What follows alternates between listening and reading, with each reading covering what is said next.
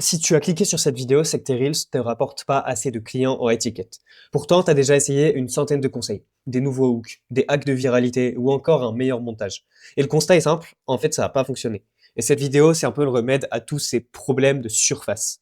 Dans cette vidéo, je vais te montrer exactement pourquoi tous ces conseils que tu as appliqués ne fonctionnent pas. C'est pas ton hook qui te fait défaut, mais plutôt les 4 piliers dont je vais te parler dans cette vidéo. Tu vas te dire, ça y est, encore quelqu'un qui parle de conseils miracles. Et tu aurais raison. Mais laisse-moi t'expliquer pourquoi personne ne t'a parlé des piliers que je vais te révéler auparavant. La réalité, c'est que ce sont des vérités que tu n'as pas forcément envie d'entendre, parce qu'elles vont te demander un peu de briser ton ego et de changer drastiquement ta perception de ton personal branding et potentiellement même tout recommencer à zéro. S'il y a bien une vidéo que tu dois regarder pour avoir le déclic cette année sur ta personal brand, c'est celle-ci. Il y a 3 mois, cette vidéo, j'aurais pu la faire payer plusieurs centaines d'euros. Si tu appliques vraiment tout ce que je te donne dans cette vidéo, dans 3 mois, ton problème sera d'avoir trop de clients à délivrer. Alors concentre-toi bien parce que tu vas apprendre énormément en peu de temps. Je commence tout de suite avec le pilier 1. En fait, pour t'expliquer juste avant, les 4 étapes que tu vas mettre en place, tout simplement, en premier, ça va être d'être enfin vu par la bonne cible. Parce que je sais très bien dans quelle situation tu es. T'en as marre d'avoir des leads non qualifiés, des touristes qui arrivent sur ton Instagram qui s'abonnent à toi.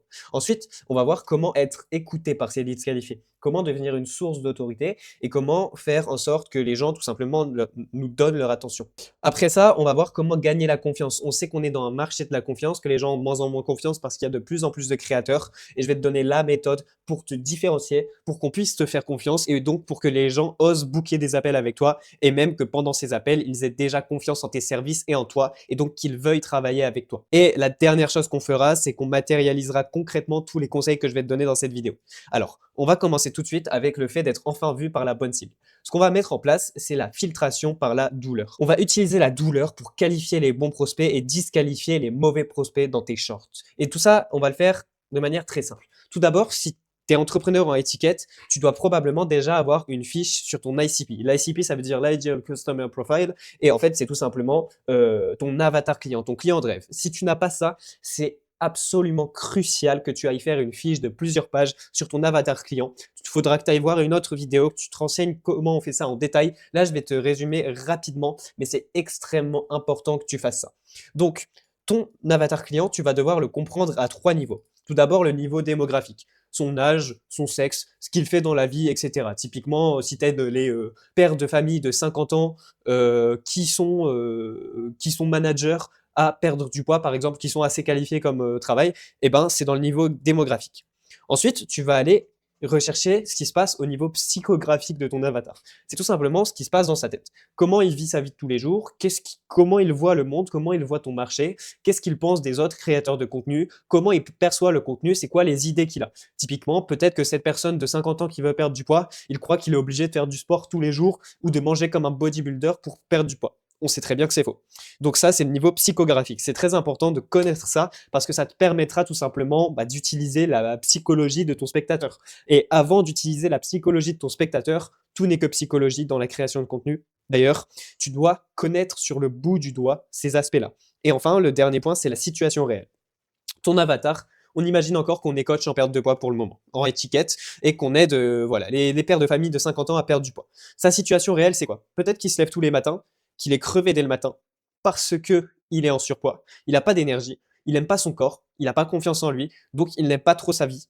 Honnêtement, hein. C'est des choses comme ça, des choses simples. Sa situation réelle, c'est peut-être aussi comment il se sent quand il rentre du travail, qu'est-ce qu'il fait, pourquoi est-ce qu'il veut perdre du poids. Et il y a aussi toute une notion d'amplification où tu dois y réfléchir dans cette compréhension à 3 niveaux. C'est-à-dire, il a un problème de surface, c'est son poids. Mais il y a des problèmes plus profonds qui viennent ensuite à cause du poids. Comme je te l'ai dit, le manque de confiance, la perte de sens, des choses beaucoup plus profondes. Tout ça, tu dois absolument le maîtriser pour faire ce que je vais te donner dès maintenant. Ensuite, tu vas adopter le langage justement de cette cible-là. Après avoir compris un peu sa situation, tu vas adopter son langage. Tu vas récupérer ses mots exacts, ses frustrations, ses pensées, ses expressions intimes, les choses dont il parle vraiment quand il se délivre, mais dont il ne parle pas en public. Et l'objectif, c'est que quand quelqu'un regarde ton short et que justement tu utiliseras ses souffrances, je vais te donner la structure après, il n'y a pas de souci, en fait, il va se dire, mais c'est fou, il me lit, il sait ma vie, il connaît ma vie. C'est ça qu'on veut créer. En fait, tu veux parler de souffrances tellement précises et pointues auprès de ton avatar que lorsqu'il va entendre ces souffrances, Il va directement savoir que tu lui parles à lui. Et quand je te dis d'utiliser les mots exacts, ça peut être des mots techniques, par exemple. Si tu es dans le business, que tu vises des entrepreneurs très qualifiés qui font déjà plus de 10 000 € par mois, tu vas utiliser des mots bien précis du business sans les expliquer pour que les gens qui ne savent pas ce que veut dire ces mots ne regardent pas tes shorts parce qu'ils comprennent que ce n'est pas fait pour eux. Donc tu vas utiliser les mots pour disqualifier les prospects, pardon, mais tu vas aussi utiliser les phrases, d'accord. Je te dis les mots là, mais typiquement, ce père de famille de 50 ans qui se réveille, il peut dire qu'il se réveille dès le matin et qu'il est crevé. Peut-être même qu'il t'a fait une analogie quand vous étiez en appel de vente, et que si tu parles de cette analogie, les gens qui se réveillent et qui sont crevés vont le comprendre tout de suite. Bref, le but, c'est de prendre la situation réelle et de la transmettre sur des choses simples, des mots simples, des caractères qui vraiment permettent de comprendre ça, ou bien justement de disqualifier les mauvais prospects grâce à des mots techniques. Une chose qui reviendra souvent, c'est le fait de disqualifier. En fait, la meilleure moyen de filtrer les bons prospects, c'est pas de chercher à avoir plus de bons prospects, mais c'est de chercher à avoir moins de mauvais prospects. C'est-à-dire faire du contenu qui est moins amateur, faire du contenu qui est plus orienté vers une cible précise. Après, tu peux viser les débutants, il n'y a aucun souci. Mais dans ce cas-là, pareil, dans ta création de contenu, tu fais en sorte de sniper les débutants. Ensuite, la troisième étape, c'est que tu vas te visualiser dans la vie de ton avatar. Ça rejoint un peu la précédente, mais je vais te donner plus d'informations. En fait, tu dois montrer ses expériences vécues, ses frustrations, les routines qui l'échouent. Vraiment, tu dois comprendre au millimètre sa vie. Et en fait, le but, c'est que tu deviennes le miroir de ses douleurs. Tu dois vraiment être son miroir. Quand il voit tes shorts, quand il voit ton short éducatif sur, par exemple, quel est le meilleur régime quand tu travailles toute la journée et que tu n'as pas le temps de faire à manger. Imagine, on est encore dans la niche perte de poids. Eh ben, tu vas toujours parler des frustrations, des routines échouées, des expériences vécues. Tu vas devenir son miroir. Le but, c'est que quand tu fais du contenu, le spectateur, la personne qui regarde la vidéo, doit pas se dire que tu es un inconnu venu de nulle part, même si c'est le cas. La personne, en fait, sous prétexte que tu réussis à montrer sa vie et à comprendre sa vie d'une manière impressionnante, elle va te faire confiance parce que tu n'es plus un inconnu à partir du moment où tu connais sa vie et tu connais sa situation. Toi, tout ce que tu dois faire, c'est qualifier et disqualifier en utilisant les douleurs et en montrant que tu connais la vie de la personne. Parce que comme tu le sais, si quelqu'un travaille avec toi aujourd'hui, si on te paye, c'est pour éviter des souffrances. Si tu es dans l'acquisition client en B2B via la prospection, la souffrance que tu évites, c'est le manque de clients et donc le manque d'argent et donc le manque de sécurité tout simplement. Si tu es coach en productivité, ce que tu évites, ça peut être le flou, la procrastination, les choses comme ça. Bref, on te paye pour éviter des souffrances. Donc tu dois toujours parler ces souffrances et aider à éviter ces souffrances dans ton contenu. Et donc, on va voir comment concrètement tu adaptes tout ça au copywriting. Il y a une méthode que j'utilise et qui est extrêmement simple et qui fonctionne très bien pour le copywriting de tes shorts. Elle est en 4 étapes. La première, comme on a dit, c'est filtrer par la douleur. Ça, on l'a déjà vu. Dans ton hook, tu vas arrêter de filtrer juste par titre ou par démographie. Tu vas arrêter de dire si tu as plus de 50 ans et tu cherches à perdre du poids, nanani, nanana, c'est beaucoup trop simple, c'est beaucoup trop redondant. Ce que tu vas faire, c'est que tu vas filtrer par la douleur au lieu de filtrer par des caractéristiques. Typiquement, tu vas pas dire si tu es coach et que tu veux trouver des clients. Tu vas dire si tes clients tu vas dire si tes clients se mettent toujours la faute sur eux alors qu'ils font de mauvaises actions. Typiquement, si je sais pas, tu es coach en productivité et que tu as des clients qui culpabilisent, et ben là, tout de suite, les personnes qui ont ce problème bien précis vont regarder le short et vont direct accrocher. Tandis que si tu dis si tu es coach, ou même si tu es coach en productivité et que tu veux trouver des clients, en fait, les coachs en productivité, du contenu comme ça, ils en ont des centaines. Et on leur a déjà dit des centaines de fois comment trouver des clients, sauf que ça n'a pas marché. Donc toi, tu dois te différencier par le ciblage. Tu cibles avec la douleur, tu filtres avec la douleur. Donc on répète, si tes clients se mettent toujours la faute sur eux alors qu'ils font de mauvaises actions, si tu es coach en productivité et que tes clients culpabilisent, ce qui les empêche d'avancer. Ensuite, tu vas activer la douleur. Ça, c'est le début du processus de psychologie. En fait, tu vas montrer la douleur immédiate. Imaginons manque d'acquisition et le quotidien qui fait mal. T'as pas d'acquisition, t'as pas de clients, tu doutes sur ton business, tu travailles tous les jours sans que ça fonctionne, t'as pas de résultats, t'as pas d'argent. Bref, ça c'est la douleur immédiate. Mais ensuite, tu vas montrer la douleur projetée. Tu vas montrer les conséquences si rien ne change. Donc, le fait de ne pas avoir des clients sur le long terme, ça peut être, par exemple, pour ton avatar, le fait de redevoir trouver un CDI. Peut-être que c'est sa hantise. Ça peut être le fait d'être dans une situation familiale compliquée, par manque d'argent. Si on reprend la personne de 50 ans, la douleur projetée, ça peut être de faire un arrêt cardiaque à 60 ans à cause du surpoids. Ou la douleur projetée de la personne à 60 ans, ça peut être aussi le fait de perdre sa femme. J'en sais rien, tu vois, c'est des exemples. C'est toi qui dois connaître ton avatar. Et donc, pour rappel, tu dois vraiment, vraiment aller faire ce travail-là. Mais le but, c'est dans la seconde partie de ton hook, de montrer subtilement les conséquences long terme que ça peut avoir. Alors bien sûr, tu vas pas dire tu vas faire un arrêt cardiaque dans 10 ans comme ça, sauf si c'est assumé, mais bref.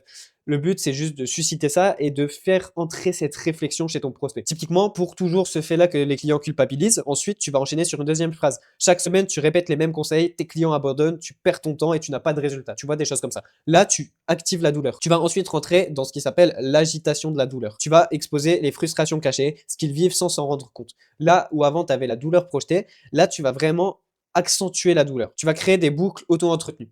Typiquement, tu essayes de nouvelles méthodes, rien ne fonctionne, et puis tu vas parler des frustrations qui s'accumulent. En fait, voilà, tu dédouanes un peu ton prospect, tu lui dis que c'est pas de sa faute, mais tu lui dis que pour autant, il a pas de solution, enfin ça fonctionne pas et c'est un enfer en fait, sa vie, à ce niveau-là, entre guillemets. Donc la douleur qui est déjà grosse, toi tu viens encore plus remuer le couteau dans la plaie. Ça pourrait être, tu fais tout ce qu'on te dit et ça marche toujours pas, tu continues à perdre ton temps, ton énergie et ton argent. Là vraiment la personne si elle reste jusque-là, c'est de 1 parce que tu as choisi la bonne douleur au début et de 2 maintenant en fait elle a vraiment envie de regarder ton short jusqu'à la fin parce que tu lui as tellement réveillé ses douleurs que si elle regarde pas ton short, ça va lui créer encore plus de douleur et donc son cerveau ne voudra plus ne pas regarder le short. Donc voilà, la qualification par la douleur, c'est extrêmement puissant et ça permet tout simplement d'arrêter de faire de la fausse qualification ou de mettre des faux critères et de vraiment viser exactement son prospect. Si tu connais exactement la douleur de ton prospect, tu peux viser exactement ton prospect. Tout ce que tu as à maîtriser, c'est le fait de maîtriser les douleurs exactes et la vie de ton prospect. Si tu sais exactement comment il vit, tout est bon pour toi. Tu as juste à utiliser ça. Et la quatrième étape, on reviendra dessus plus tard, j'ai vraiment une grosse partie là-dessus, c'est que tu dois devenir leur miroir, leur projection.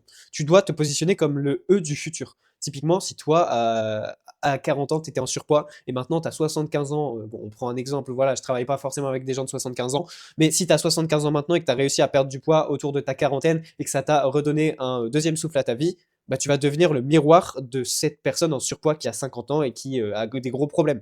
Tu vas montrer que tu as vécu exactement la situation, ça va te donner de la crédibilité humaine et puis on va pouvoir s'identifier à toi. Et donc tu vas parler de tes souffrances passées et les gens vont se dire bah oui, cette personne sait ce que je vis, tout simplement parce qu'elle a déjà vécu ça. Pareil si tu es coach en acquisition, tu parles du fait que avant que tu aies tes propres méthodes, tu n'as jamais eu de clients. Et l'exemple, il est simple, c'est il y a 6 mois, j'étais comme toi, j'échouais aux mêmes étapes. Aujourd'hui, j'ai corrigé ces erreurs et voilà ce qui fonctionne. Bon, là, c'est un exemple super générique, mais en fait, c'est ça l'idée, tu vois. Et si t'as pas vécu ce que tu vends comme transformation, c'est pas très grave non plus parce que au fond, tu as toujours vécu cette transformation. C'est-à-dire qu'il y a un avant et un après que tu sois expert de ton domaine. Peut-être que tu es expert de ton domaine depuis 20 ans et que tu n'as jamais eu de phase où tu étais débutant parce que quand tu t'es lancé, tu étais déjà expert. Mais dans ce cas-là, pareil, tu utilises ça. C'est à toi un peu de voir pour cette étape-là, mais le but, c'est de vraiment maximiser la compréhension et tu parles constamment des douleurs de ton prospect, mais tu les résous constamment aussi et tu deviens la personne qui aide à éviter ces douleurs. Ok, la suite, ça va être de donner le remède.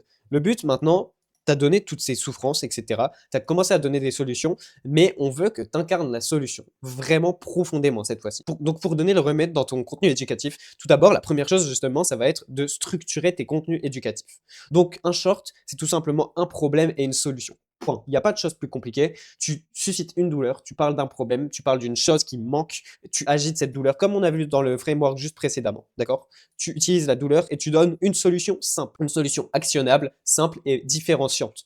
Le but, c'est vraiment que on n'ait qu'à regarder ton short une seule fois pour comprendre l'idée. Alors peut-être que tu veux qu'on le regarde plusieurs fois, mais il faut que ce soit suffisamment mémorable et simple pour qu'on puisse s'en souvenir. Parce que si les gens ne se souviennent pas de ce que tu as dit, de un, ils n'appliqueront pas, et de deux, même s'ils appliquaient inconsciemment, ils n'associeraient pas l'application à toi. Et donc ça sert à rien. Donc ton contenu, il doit suivre une logique très simple et reconnaissable. Un problème ultra clair avec une souffrance que tu accentues, un raisonnement logique. Tu vas mettre vraiment ton propos, ta vision systémique, ton paradigme. Je reviendrai sur ce mot de paradigme. Tu vas expliquer comment ton cerveau opère, en gros, subtilement. Tu vas dire c'est quoi ta solution. Et après, tu mets une conclusion nette. Ça peut être un call to action, ça peut être juste un résumé de tout ton short. Ça dépend vraiment de la stratégie du short en lui-même. Mais le but, c'est que tu finis sur quelque chose de clair qui nous donne une direction, qui nous donne soit une idée à garder de ton short, soit une action à faire en plus. Et il faut à tout prix que tu évites la dispersion. Fais pas des tips aléatoires. Fais pas des choses vraiment qui n'ont pas de sens. Tu dois garder cette vision-là qu'un short, c'est exactement ça. J'ai fait en sorte d'appliquer la méthode First Principle dans les conseils que je te donne, c'est-à-dire que je te donne vraiment les fondamentaux. Si tu appliques absolument ça, tu n'auras plus jamais de problème. Alors bien sûr, on peut rentrer plus en profondeur, c'est pas le but ici. Le but, c'est que ce soit à toi d'interpréter tout ça, mais en tout cas, sache que vraiment, si tu copies ça sur un mur et que tu appliques ça, tu n'auras plus de problème au niveau de tes shorts. Ensuite, tu vas donner la solution, tu vas donner le remède à la souffrance de ton avatar. Donc tu dois tout d'abord l'aider à remettre de l'ordre. Aujourd'hui, imaginons, encore une fois, on va être cette fois-ci dans la niche de la productivité. Des créateurs pour la productivité chez les entrepreneurs qui ont des accompagnements à étiquette, il y en a des centaines. Et tout le monde dit tout et son contraire. Et donc, moi, si je cherche vraiment mon problème du moment, c'est la productivité, je consomme beaucoup de contenu, bah, c'est un bordel pas possible dans ma tête par rapport aux shorts parce que j'ai trop d'informations. Toi, tu dois être là pour remettre de l'ordre, remettre un sens et faire en sorte qu'on soit obligé de te suivre toi, tellement toi, ta vision, ton propos est plus simple et plus cohérent que les autres. Donc, tu vas nommer les vrais problèmes, pas les problèmes de surface. Tu vas vraiment parler des vrais problèmes. C'est-à-dire que ton prospect aujourd'hui, il croit avoir un problème. Il a probablement pas ce problème-là. Ça aussi, c'est une réflexion que tu as à avoir dans la fiche sur l'avatar client. Mais donc, tu parles des vrais problèmes de ton prospect. Tu peux aussi utiliser les problèmes qu'il pense avoir, mais tu casses les croyances. Comme je viens de le dire après, tu détruis les fausses croyances. Tu détruis les problèmes qu'ils pensent avoir et tu leur instruis les problèmes qu'ils ont réellement. Et après, tu vas apporter une logique simple, cohérente. Tu vas expliquer les choses vraiment de manière simple. La simplicité, c'est extrêmement important dans les shorts. Si tu commences à utiliser des mots très compliqués, des choses techniques, sauf si c'est pour qualifier, en fait, ça va mettre un bordel dans le cerveau de ton spectateur. Il va pas se rappeler de ce dont tu as parlé et il ne va pas te percevoir comme un expert. Tu lui dis quoi faire sans tout donner parce que tu n'as pas le temps de faire ça dans les shorts, mais tu lui transmets vraiment les choses de manière mémorable. Tu balances bien sûr pas toute ta méthode parce que tu dois garder des choses typiquement pour ce genre de vidéos longues ou pour les appels de vente parce que si tu n'as plus rien à dire, c'est compliqué, mais de manière générale, tu auras toujours des choses à dire quoi qu'il arrive. Et la dernière étape, ça va être de répéter les points d'ancrage. Le but, c'est qu'une fois que tu as structuré ton système de création de contenu éducatif, tu te répètes. Tu crées vraiment des manières de créer de la familiarité entre toi et ton prospect. Donc, il faudrait que tu aies dans l'idéal 2 à 3 idées différenciantes. Le but, c'est pas d'en inventer. Si tu n'as pas d'idées différenciantes, enfin, tu en as forcément. Il faut juste y réfléchir. Donc, typiquement, si tout ton marché balance un conseil en productivité ou a une vision de la productivité qui n'est pas la même que toi, et bah toi, tu vas tout le temps parler de ta propre vision. Donc, tu vas prendre ces idées différenciantes. Ça peut être quelque chose de très concret, hein, comme un avis sur un régime que tout le monde néglige, ou ça peut être quelque chose de plus abstrait. Typiquement, moi, ma vision du personal branding, en quelques mots, c'est que le personal branding, c'est avant tout de la cohérence, de la simplicité et de la confiance. Et les gens parlent très peu de ça. Et donc moi, je sais que ce sont un peu ça mes idées différenciantes du moment. Alors bien sûr, ça changera peut-être sur le long terme, mais le but, c'est que tu ça, que tu formules toujours différemment ces idées, mais que tu les répètes pour qu'on t'associe à ces idées. Tu vas répéter ça sur différents contenus et tu vas fixer donc les idées clés dans la tête de ton prospect. Tu vas faire les mêmes formulations, les mêmes concepts, tu vas utiliser les mêmes grilles de lecture pour qu'on puisse t'associer à une manière de penser. Et une fois qu'on sait clairement qui tu es, qu'on comprend clairement qui tu es, on a envie de travailler avec toi si on adhère à ta vision des choses. Sauf qu'aujourd'hui, 99% des créateurs de contenu, en fait, on ne sait même pas qui ils sont vraiment. Et c'est ça le problème. Toi, les seules personnes dont tu te rappelles sur le marché, sur la création de shorts, je peux t'assurer que quand tu réfléchis à elles, tu réussis tout de suite à les associer à quelque chose. Tandis que si tu vas avoir des créateurs de contenu un peu plus petits, tu regardes leur contenu, que tu essayes d'assimiler leurs informations, tu pourras les associer à rien, ce sera bien plus dur. Donc il y a une réflexion profonde à avoir à ce niveau-là, et c'est ce que je te partage ici. Et donc la répétition, elle doit se faire entre les contenus, pas à l'intérieur des mêmes contenus, bien sûr. Et donc, on va voir comment optimiser la courbe de rétention. C'est un peu le bloc vraiment technique à ce niveau-là, parce que tu peux donner des informations, donner du contenu éducatif, mais ton but numéro 1, c'est que ton prospect idéal regarde jusqu'à la fin de la vidéo. En fait, le cerveau, il reste uniquement s'il perçoit une perte immédiate. Le contenu, la création de contenu, c'est uniquement une question d'arbitrage. Le cerveau, inconsciemment, tu pourras t'analyser toi-même quand tu scrolles. Il se pose toujours une question. Est-ce que l'énergie que je mettrai à regarder ce short m'apportera plus que justement cette énergie que je mets à regarder le short, ou est-ce qu'elle m'apportera moins? En gros, c'est qu'une question de retour sur investissement. Et comme le contenu est exceptionnel au niveau des shorts, enfin, il y a des gens qui font des choses exceptionnelles, on compare toujours. On compare toujours et on se dit toujours, peut-être que si je scrolle une fois de plus, je trouverai une vidéo qui est mieux que celle-là. Donc le but, c'est que toi, tu déclenches une perte, d'où la souffrance. Tu déclenches quelque chose qui fait qu'on est obligé de regarder, sinon on manque vraiment une information. Et même si on scrolle une, deux fois, on se dit ah mais de quoi il voulait parler lui dans son short et on va y retourner. Donc tu fais pas une promesse, tu parles pas d'un bénéfice futur. Dans cette vidéo, je vais te parler de ça, ça, ça. Ça c'est après. Dès le début, c'est une perte. Et cette perte-là, c'est la souffrance, tout simplement. C'est pareil. Et donc le cerveau, il va se demander en continu, si je pars, qu'est-ce que je rate? Et en fait, si cette réponse, elle est floue, si la personne ne sait pas exactement ce qu'elle a à louper, si elle ne regarde pas ton short, c'est là où tu es un peu dans la merde au niveau de ce short-là. C'est-à-dire que les gens, s'ils n'ont pas une raison claire, encore une fois ce mot-là, la clarté de ne pas scroller, eh ben ça va être compliqué. Donc ton contenu il doit menacer une ignorance, pas vendre une solution. Typiquement, il doit menacer l'ignorance de rien avoir compris au deep work. Je pourrais faire un short où je commence en disant t'as rien compris au deep work et ensuite je parle des souffrances associées à ça, des souffrances vraiment de l'avatar. Bref, le but c'est de menacer une ignorance, de déclencher le fear of missing out si tu connais. Et après le cerveau il reste quand la compréhension elle progresse visiblement, c'est-à-dire que tu apportes des briques peu à peu. Tu ne donnes pas la solution dès le début. Ça paraît évident, mais je vois plein de gens encore le faire. La solution, c'est pas juste donner la phrase finale. Des fois, je vois des gens dans le hook verbal, enfin dans le hook textuel, pardon, tu sais le texte qu'on écrit à l'écran, mettre limite la solution dans le hook. Si tu mets dans ton hook justement, voici pourquoi le Pomodoro est mieux que le deep work, bah en fait, tu as déjà donné la moitié de la réponse, c'est-à-dire que tu as déjà dit pourquoi le Pomodoro est mieux que le deep work. À la place, tu dois susciter de la curiosité, tu dois expliquer pourquoi le Pomodoro est vraiment un cheat code, ou bien pourquoi il y a bien mieux que le deep work. Et là, tout de suite, on n'a pas la solution, mais on sait qu'il y a une information qu'on loupait. Donc, si c'est important pour nous, tu vois, ça change tout de suite. Donc, c'est vraiment une progression visible chaque seconde du short. Toutes les 5 secondes, il faut qu'on ait des infos en plus. Le but, c'est pas que l'info soit juste bonne, parce que tu peux donner une info exceptionnelle dans ton short. S'il n'y a pas de progression et il n'y a pas de sentiment qu'on avance, ça va pas fonctionner. Donc, il faut vraiment que tu fasses les choses simplement avec une trajectoire claire. Un début, un problème, un milieu, un développement, une bascule avec une information clé et une conclusion, un call to action, comme tu veux. Le but, c'est qu'il ne décroche pas, parce que même si le contenu est pertinent, mais qu'il n'y a pas de trajectoire claire, eh ben, la personne va décrocher. Chaque segment de ton short doit répondre à une question implicite. Pourquoi, je sais pas, le deep work c'est un problème? Pourquoi le deep work ça fonctionne pas comme tu crois? La question d'après.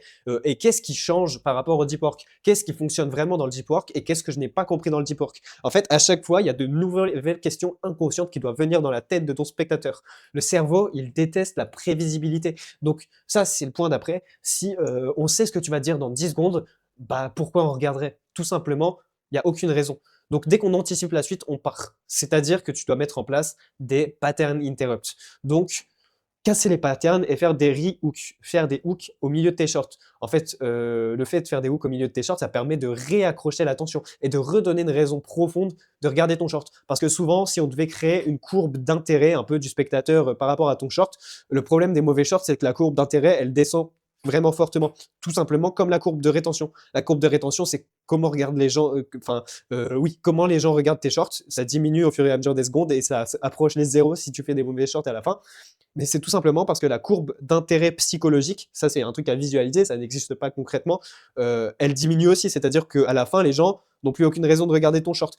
Donc cette courbe d'intérêt mental, tu dois la maximiser en remettant des choses qui font donner de l'intérêt, en remettant des nouveaux hooks. Et là, quand tu feras ça, bizarrement, ta courbe de rétention augmentera aussi. Parce que la rétention, ce n'est que l'intérêt qu'on a à regarder ton short. Donc, pour faire ça, tu vas casser les hypothèses en continu. Typiquement, t'as rien compris au deep work. En fait, t'as rien compris parce que t'as oublié qu'il fallait éteindre ton téléphone et le mettre en mode avion, mais c'est pas ça le vrai problème non plus. Tu vois, enfin là, j'invente en face de toi. Je pense que tu visualises exactement de quoi je parle pour ta propre niche. Ensuite, tu vas dire, je sais pas, le vrai levier est ailleurs, la vraie chose est derrière cet élément inconnu dont t'as jamais entendu parler. Là, c'est une phrase verbale que je te dis. Le but, c'est de reformuler ça. Tu vas jamais dire ça, mais tu vas dire implicitement ça. Et donc, ça pourrait être aussi, en gros, dans les grosses lignes, ce que tu fais, c'est logique, mais c'est pour ça que ça échoue. Bref, tu dis des choses complètement contre-intuitives. Mais le but, c'est pas non plus de raconter de la merde. Le but, c'est de raconter des vraies choses. Typiquement, moi, quand je t'ai pris dans cette vidéo, que je t'ai expliqué que tout ce que tu as fait précédemment par rapport au hack des shorts ne fonctionnait pas pour une raison simple, peut-être que je disais une chose contre-intuitive, mais c'était complètement vrai, tu vois. Et donc, le but, c'est pas juste de choquer, c'est de réouvrir les questionnements, oui, et de créer de la curiosité en continu. Ok, la troisième étape, ça va être de gagner la confiance. Tout simplement, pour résumer, maintenant, tu as été vu par la bonne cible, tu as été écouté par elle, donc tu commences déjà à gagner beaucoup de confiance à partir du moment où on consomme ton contenu éducatif et que ça crée des micro-transformations. Mais il va falloir de plus en plus mettre l'avant sur la confiance. Donc, on va vraiment mettre un axe entier sur ça. Pour gagner la confiance de ton prospect, tu dois incarner la solution. Pour incarner la solution, pour incarner la transformation, pour incarner la personne avec qui travailler, tu vas tout d'abord devoir être clivant et humain.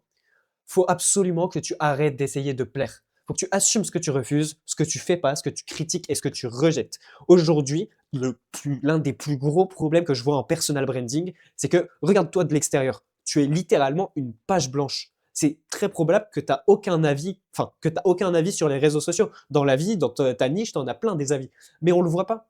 Tout simplement parce que tu as peur que tes avis ne soient pas acceptés, tu as peur d'avoir tort. C'est ça la raison profonde. J'y ai déjà réfléchi pour toi. Je pense que tu seras d'accord. La réalité, c'est que tu as juste peur d'être confronté à des avis différents. Si tu as peur vraiment quand on commente et qu'on dit qu'on n'est pas d'accord avec toi, c'est un gros problème. Et pour rappel, vaut mieux être détesté par 90 personnes et adoré par 10 personnes qu'être neutre face à 100 personnes. Donc, vraiment, donne tes opinions. Je te dis pas de dire des dingueries sur les réseaux sociaux, je te dis de dire ce que tu penses. C'est-à-dire que si, imaginons, il y a un truc bien précis de la productivité, tu trouves que c'est de l'énorme bullshit, bah, tu vas passer ton temps à dire que c'est du bullshit. Et peut-être que tu changeras d'avis un jour, peut-être pas. T'as pas à te justifier par rapport à ça, tu as juste à expliquer les choses. Mais bref, mets en avant ce que tu rejettes, c'est là où les gens vont s'accrocher à toi, quand tu vas justement être clivant. Et donc, tu vas aussi devoir partager tes erreurs humaines. Ça apportera énormément de crédibilité. Là, on est sur l'aspect humain, on a viré complètement. Et en fait, tu dois oser aussi, en plus de pas essayer de plaire, tu dois oser partager ce qui fait que tu es qui tu es aujourd'hui. Mettre en avant tes erreurs, c'est extrêmement puissant pour la crédibilité humaine. Tout simplement parce que tu vas les mettre au service de ton prospect. Tu vas faire des shorts où tu parles de tes transformations. Avant, je faisais ça, ça, ça comme erreur. Aujourd'hui, je les fais plus parce que maintenant, je suis un expert. Bref, c'est inconscient, hein, c'est un message subtil. Mais partager tes erreurs, c'est l'une des meilleures manières que tu peux mettre enfin, c'est l'une des meilleures choses que tu peux faire pour qu'on te fasse confiance humainement. Et donc, les gens, ils veulent te suivre pour ton identité. C'est ça ton aspect différenciant. C'est pas ta direction artistique ou je ne sais quoi. Ton aspect différenciant, c'est tout ça. C'est tes erreurs passées, c'est ce que tu rejettes, ce que tu critiques, ce que tu fais pas, ce que tu refuses et le fait que tu n'essaies pas de plaire. C'est ça, sois toi-même, mais sois-le à 100% toi-même. Montre vraiment qui tu es, tes avis. Et je te dis pas de faire un short où tu parles de ton chien ou je sais pas quoi. Je te parle juste vraiment dans le business, tu as une perception des choses. Et si tu n'as pas, si t'as pas de perception des choses, je suis désolé, mais personne ne travaillera avec toi.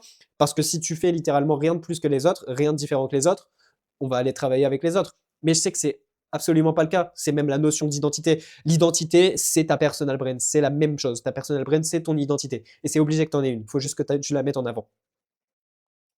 Ok, ensuite, on va parler du paradigme et de la grille de lecture.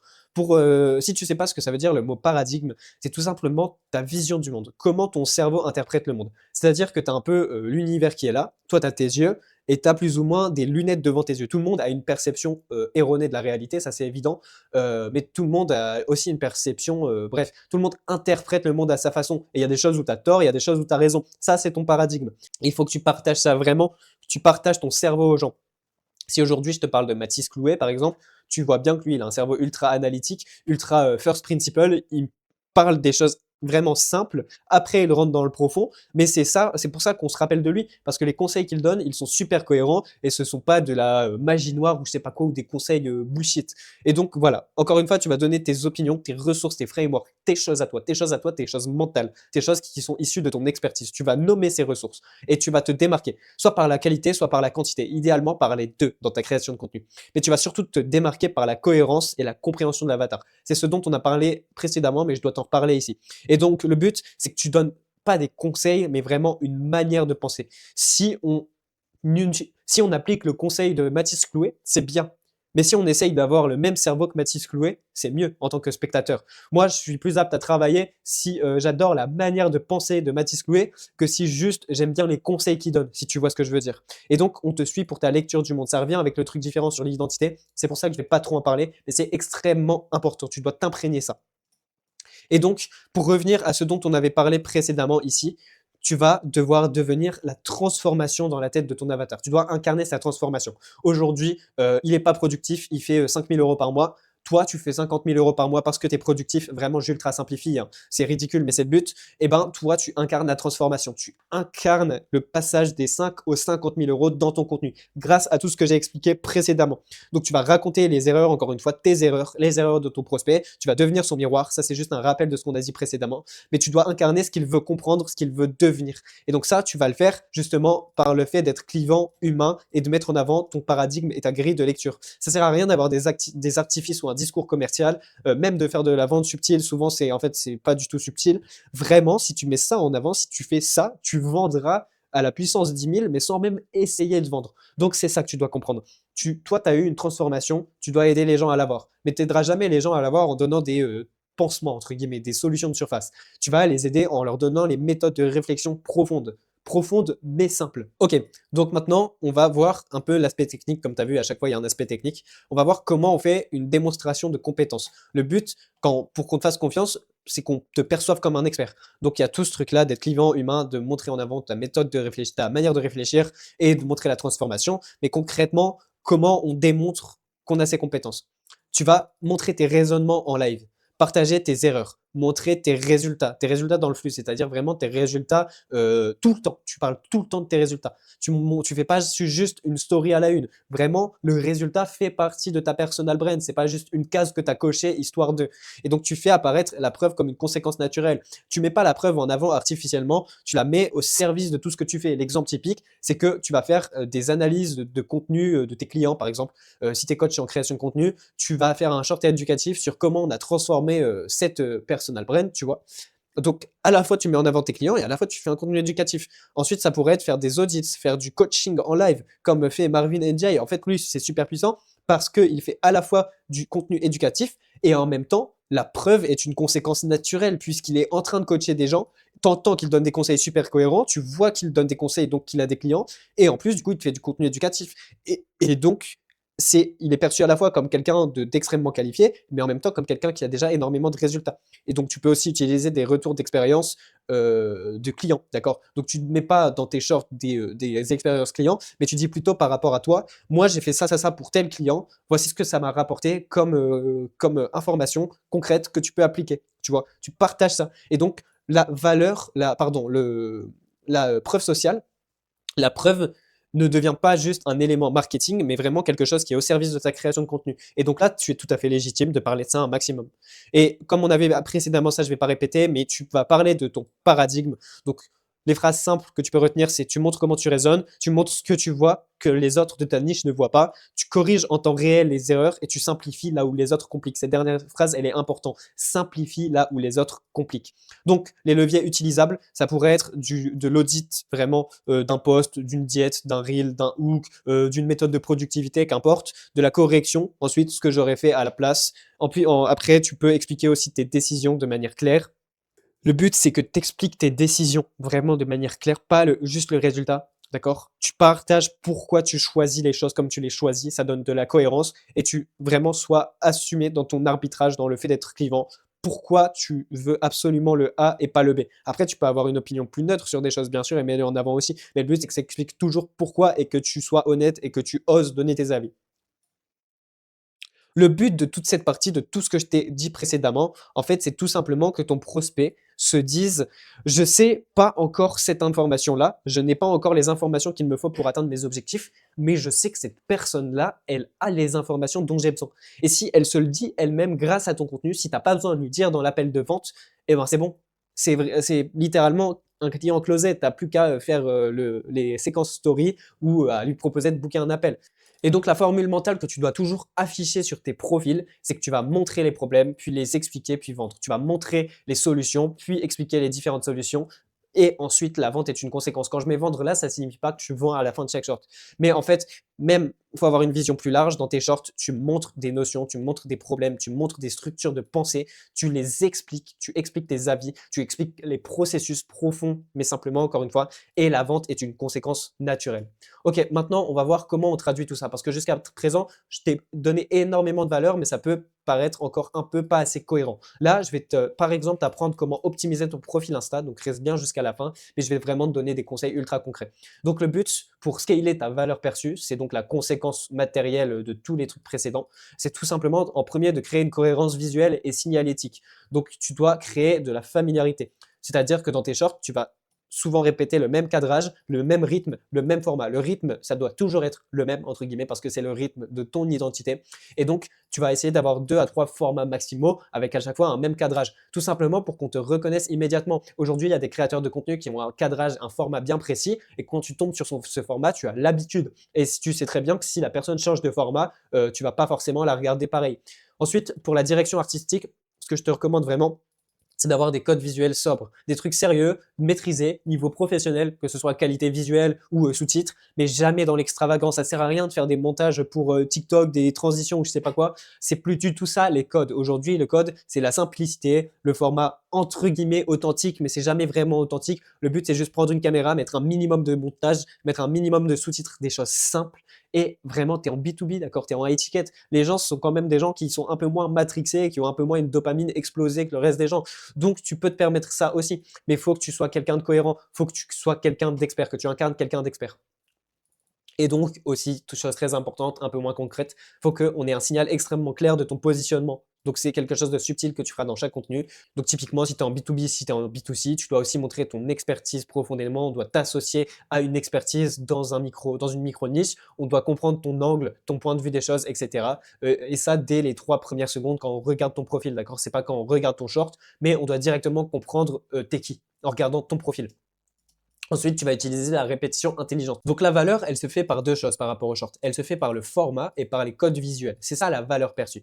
Donc le format, ça va être vraiment là où tu mets ton téléphone, le montage que tu fais, enfin tout simplement la forme. Et ensuite, tu vas rajouter des codes visuels, c'est-à-dire une police de sous-titres, un type de montage, une musique. Enfin, c'est pas un code visuel, la musique, mais tu comprends ce que je veux dire, c'est un code quand même. Et c'est ça la valeur perçue. Et pareil, sur ton Instagram, tu vas mettre des photos, des posts à la une, tu vas mettre des choses qui t'associent à une forte valeur perçue. Si tu n'as pas forcément encore les moyens de t'acheter une Ferrari, une Lamborghini ou je sais pas quoi, tout simplement te montrer en train de lire un livre, comme je le fais sur Instagram, ça t'associe à la connaissance. Le fait de te montrer en train de faire du sport, ça t'associe à la discipline. Bref, tu comprends, la valeur perçue, c'est extrêmement important.